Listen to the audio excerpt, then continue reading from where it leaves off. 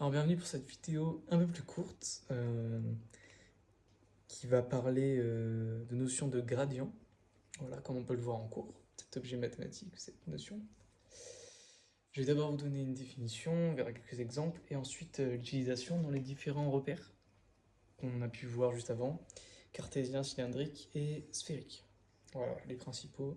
Comme ça, ce sera fait en début d'année. Voilà. Donc qu'est-ce que le gradient au niveau mathématique du terme plutôt? Donc on peut parler de gradient d'une fonction, donc de f, en un point. En fait, c'est un vecteur. Voilà, le gradient est un vecteur. Euh, donc dont la direction est celle de la plus grande variation. Voilà, la plus forte variation de f en fait. Et évidemment voisinage de ce point.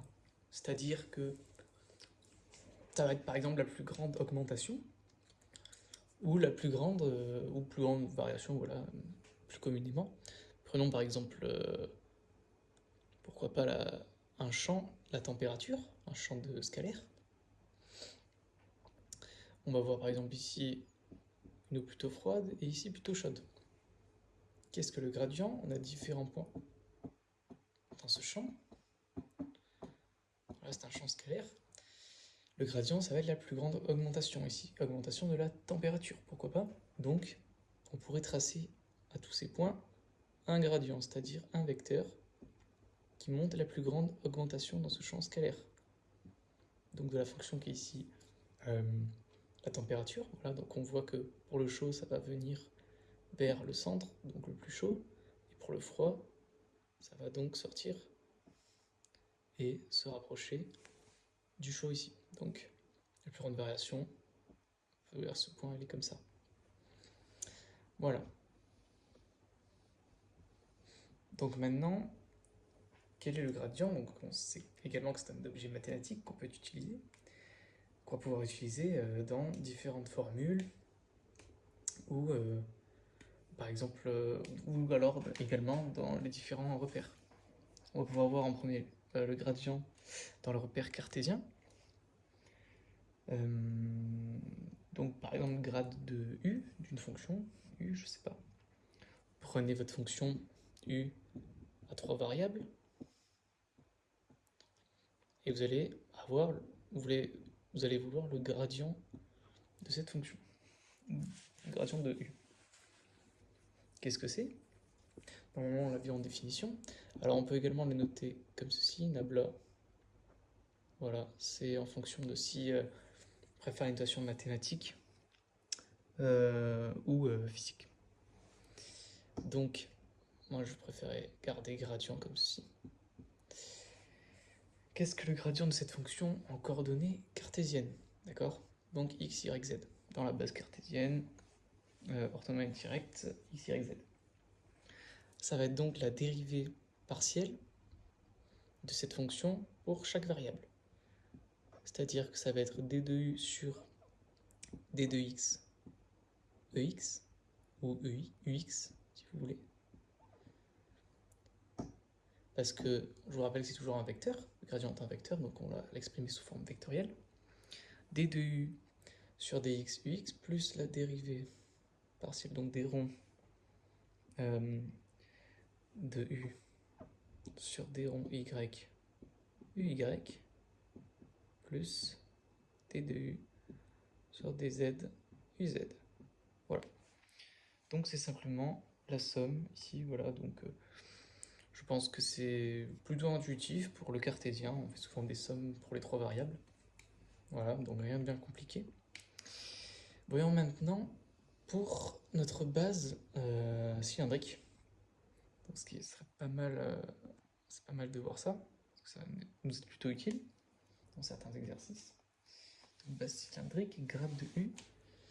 On va vouloir le gradient de U par rapport à notre base donc cylindrique, R. R θ Z, hop.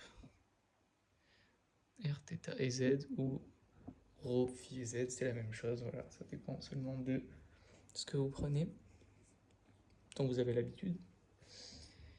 Donc R θ Z, qui est égal à, Pareil que là, sauf que je vous rappelle que θ est un angle, donc ça va changer pour lui. Bon, pour R, c'est la même chose, d de U sur d de R, UR, voilà. Plus, cette fois-ci, on doit rajouter un 1 sur R, d de U sur d de θ, Uθ, voilà. Plus Z, ça change pas, c'est le même Z. Donc d de U sur d de Z, UZ. Voilà, parfait.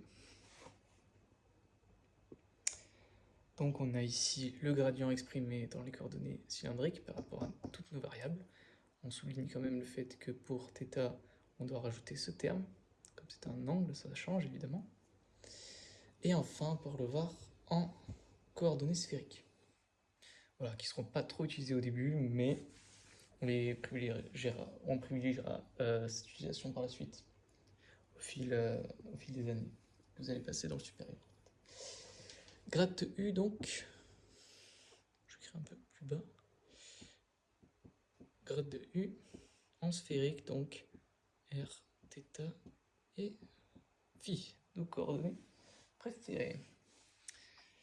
C'est faux, bien entendu. Hop, ça va être égal, comme pour tout à l'heure, d de U sur dr, donc c'est un d rond hein, pour différentiel, d de U sur d de R, UR, plus, on se rappelle, 1 sur R, d de U sur d de θ, Uθ. Et le dernier terme phi, ça va être un peu plus compliqué. Ça va être plus 1 sur R sin θ